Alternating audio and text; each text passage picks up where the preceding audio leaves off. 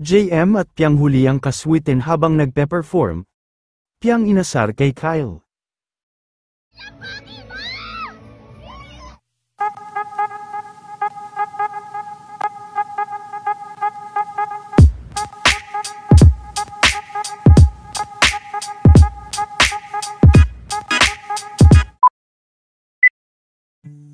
Matapos ang naganap na event, at performance nila Piang, mga ex-housemates at mga kapamilya stars, ay hindi naman nila nakalimutan, ang pagdiriwang ng kaarawan, ng manager ni Piang na si Ma'am Portia. Bukod sa glam team ni Piang ay kasama din ito si JM, na bumati sa kanya sa backstage.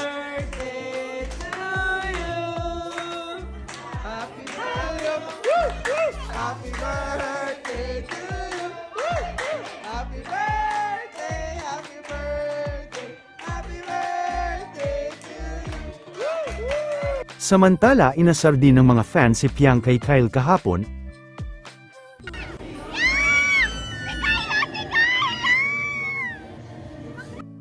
Nakuha na naman ang mga sweet moments nina JM at Piang.